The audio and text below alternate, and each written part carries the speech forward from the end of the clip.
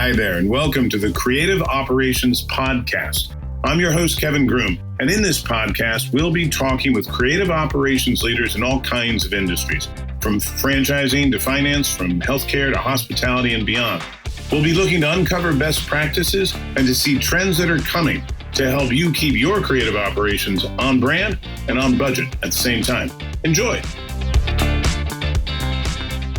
Welcome, everybody, to this episode of Creative Operations Podcast 2.0. We are very pleased today to be speaking with Scott Schmidt. He's the Creative Operations Director at PwC. So a great deal of interesting topics to cover, particularly as we head toward the In-House Agency Forum, which is an event that's held every year by the Forum for creative ops leaders from around the country and actually, I think, around the globe now. So, Scott, welcome. Thanks for joining us today. Thank you. It's nice to be here.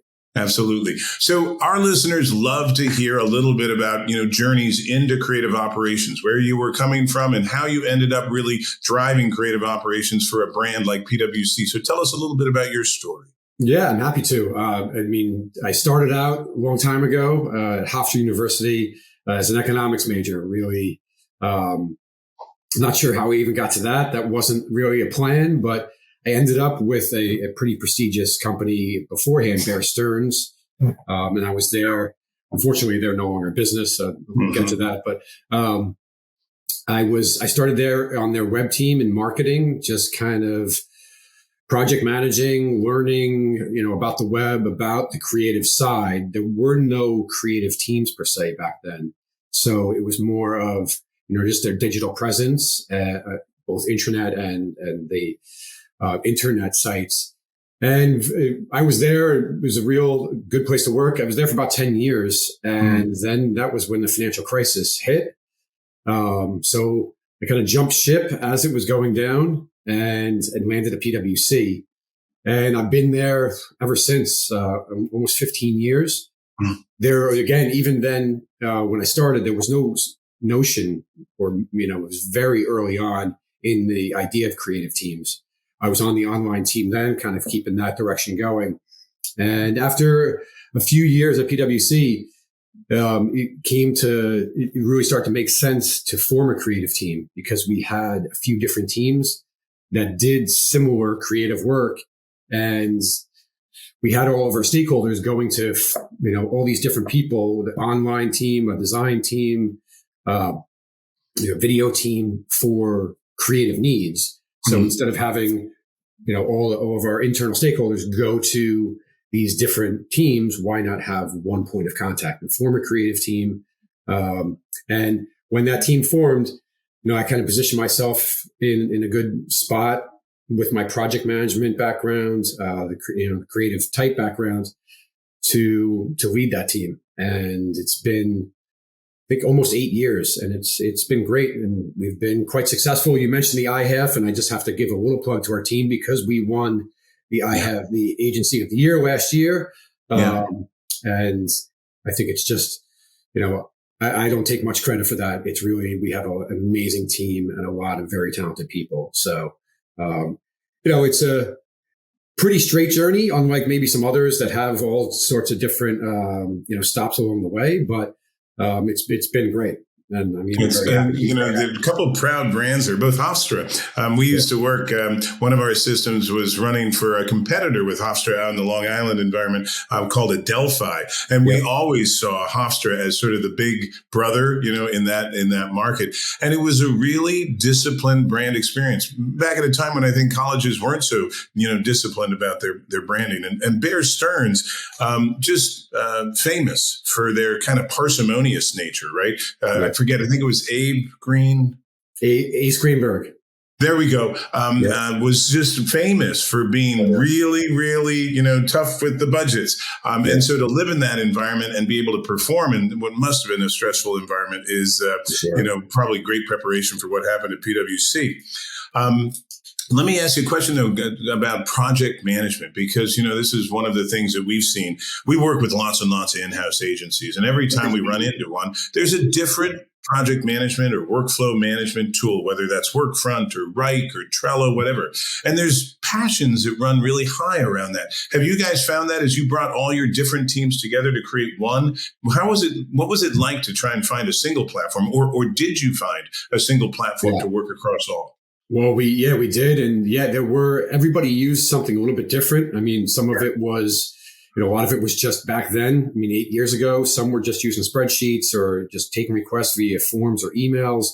There was a homegrown tool. And as soon as the team formed, we knew that we had to get to one single tool. So we got to search the landscape and found one that we built out, back in 2014. And it took a long time to really get it into a position that it was working well for us, because when you come together as a team, you don't know all of the processes that you were ultimately going to have. So we built it out. In fact, we built it out maybe a little bit more complex than we needed to, because that's what we thought we needed to do. Find out that we had to kind of scale it back. But there were definitely strong opinions for a long time. They didn't want to leave it. For years, there was still talk about the same tool. And eventually we got to a steady state, and we continue to grow it even today. Wow. It's as a SaaS vendor, we see that too, right? Sometimes we'll see teams that are leaving a local marketing tool like ours for us, so really making a switch. And the extent to which pre-existing systems kind of last doesn't stretch just over a quarter or two. Sometimes it stretches for years. When you think about what you guys were looking for in terms of the softer side of a workflow kind of tool, what were your criteria? What was driving you to get everybody on the same page with the tool? Well, it was really the collaboration, the ability to work together, because we had, now we have 5 different verticals, and we know they're not all going to work the same, but it's be able to have everything in a single place, a system of record. And that was the most important thing, that it could not only have the team work together or work separately when appropriate, and also gather the metrics for our leadership that showed that we could prove that we are, one of the things that's very important for an in-house agency is proving your value. Because why wouldn't we just hire somebody externally, not have to worry about it? And it happens. It happened recently to a big brand. So the metrics are very important, and it's always been very important to us. And, what we stressed to our team was, we want to make this tool work for you. We don't want you to have to change your style of work to fit the platform. So we want to be able to have a tool that's flexible, and we can make adjustments. Everybody's going to have to make some kind of adjustment in how they work, but we want to make that minimally, and really have something that's flexible enough that can fit the work styles of our team and what we need to do. Got it. It's, I would think that notion of having the tool fit the workflow as opposed to the workflow fitting the tool gets more and more complicated too, as you have to cover not just digital, although it sounds like you guys really, or you yourself were focused digitally at first, but talk a little bit about the marketing mix and how you have to, span not just teams, but media types with a single tool. Are there issues that arise there, and how are things going in terms of marketing mix for you guys? Well, it's digital is one component, but it's, we have a very diverse team in terms of what the work that we do. So at times we need to find integrations with other tools, and we have to be flexible in allowing that. So it's always a delicate balance of, you want to have that system of record that everybody, works towards and puts their work in, but we have to be flexible in making it available to integrate with other tools that are necessary for each team to do their work. So for instance, our video team works with a vendor that has a proprietary tool they wanted to connect to. So we found a way to connect to that. So they didn't have to input in 2 different places. You don't want to have it connecting to, 20 different things. You have to find the right balance. And it's definitely a struggle at times, right? It's not the easiest thing, but we found a pretty good balance. And look, we want everybody to be happy. Right. We want everybody to be in the tool every day, loving it. But we know the reality that designers and other creative folks, they want to do what they're best at. They don't necessarily want to be in there. So we strive for making everybody happy, knowing that we're not always going to make every person completely happy to be in it. So I got it. It's so funny. We work with designers a lot, and we have seen a real loyalty, deep emotional loyalty to the Adobe Creative Suite, with a lot of traditional traditional designers. We've seen them really build their working lives around that one tool. And so when we created an import tool to go straight from InDesign into a platform, all of a sudden, so many levels of resistance just began to fall away. Not because our tool had fundamentally changed, but mostly because we had made a change management issue go away on their side. And all of a sudden, you find happiness starts to emerge. Even though you're not perfect, a level of happiness arrives that allows you to proceed forward and start planning. I would assume that you guys now are creating technology planning horizons for yourself and your platforms that last over a year or 2 years or 3 years. Is that true? You've got that kind of roadmap? We do. I mean, it's, being in such a big firm, there's some things that are kind of pushed towards us that we don't have control over. So as much as we can, we try and look ahead and plan and find ways to stay with the tools that we have while embracing the change that we're given. We're, changing platforms, the mail and, the work suite that we have is in the midst of changing. So some integrations that we had before, now we have to change to this new platform. So it's finding kind of the right mix of trying to plan the best we can for what we need while embracing when you work for a large company like this. You kind of have to just, follow the guide, follow, what they're switching to and embrace it. And so a whole new kind of nimbleness on top of all the other ways in which you need to be nimble. Yes. I got you. So let me pivot a little bit from platforms, because of course platforms are important, but they're really just tools to get the real job done, which is executing and activating a brand. I want to talk a little bit about brand, because it seems to me, you said you were covering 5 different verticals, and given the scope of PwC, the global scope of it, I would think that multiplies across many different regions and markets.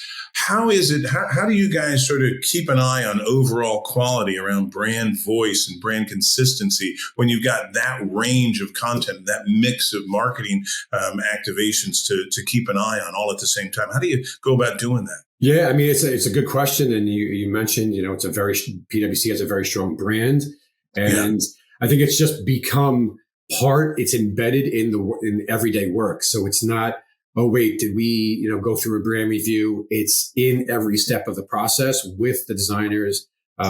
So it's not an afterthought. So it's embedded in the day-to-day work.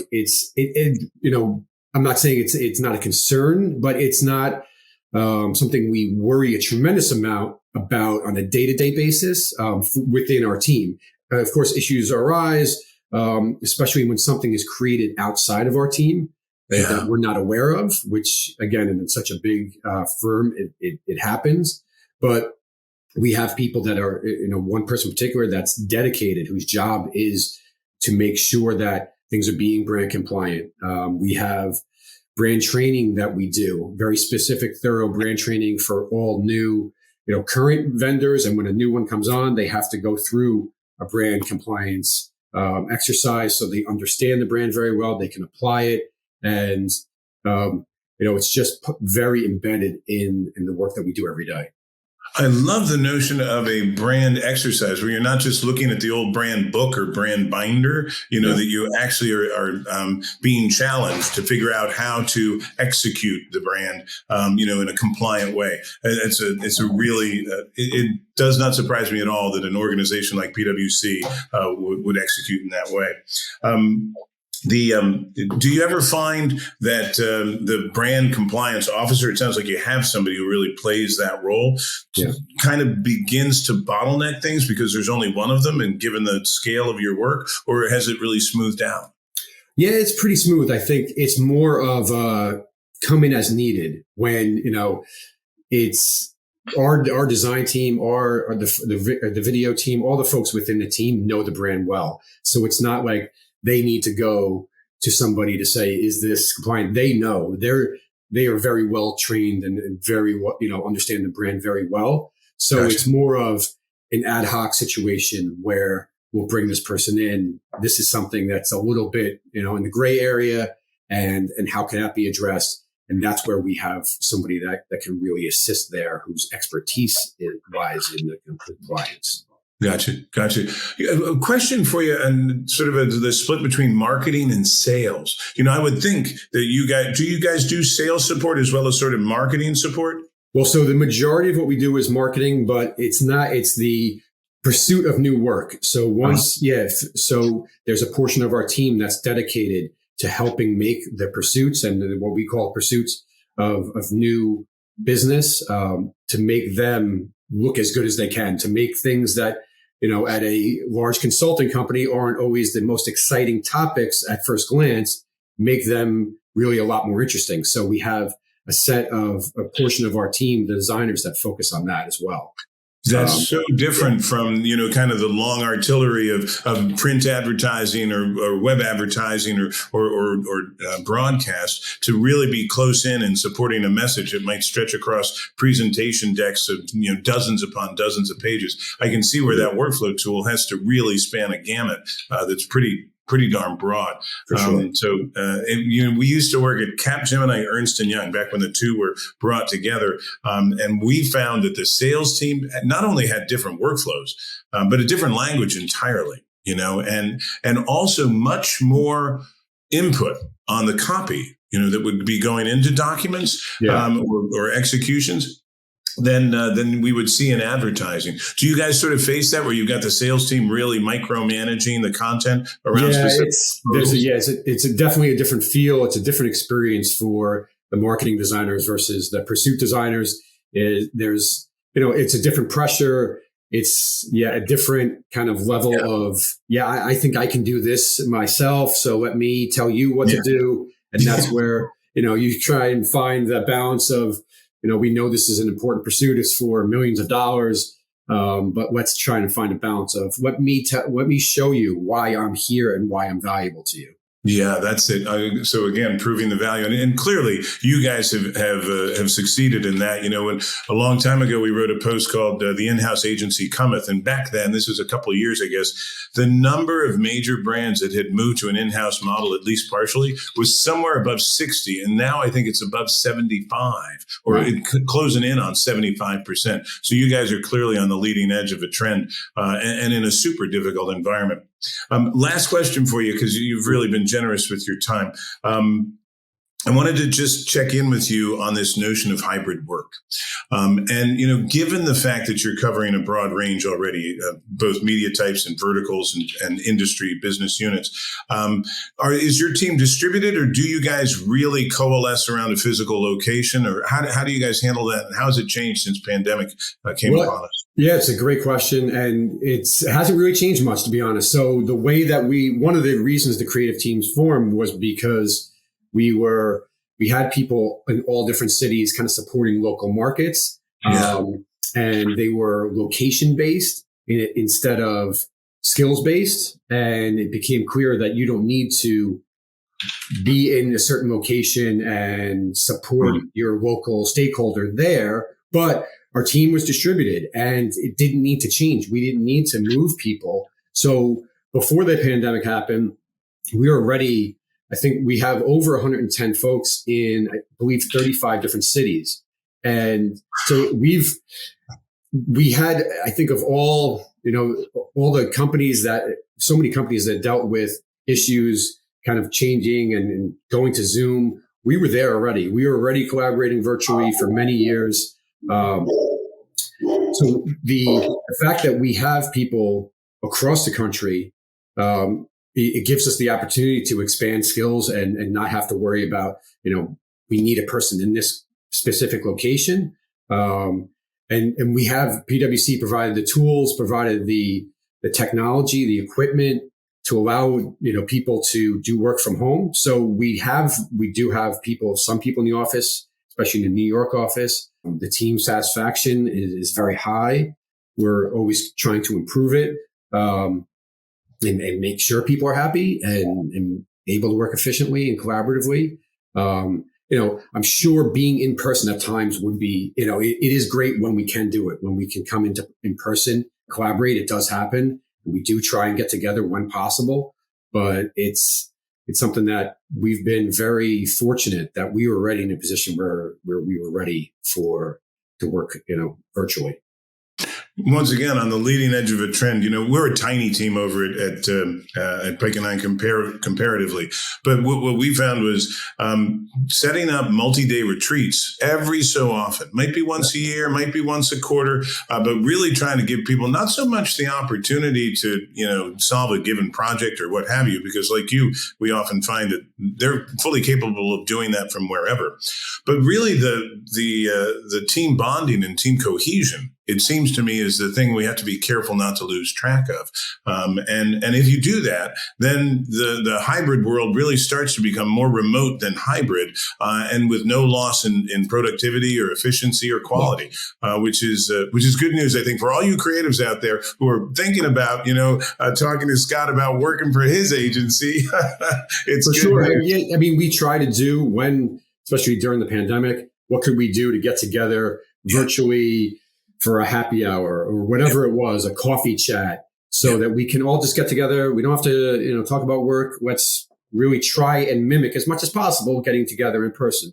You can't replace being in person 100%. So when there is the opportunity, we encourage that. And I certainly do with my team. And I feel like I have a good thing here.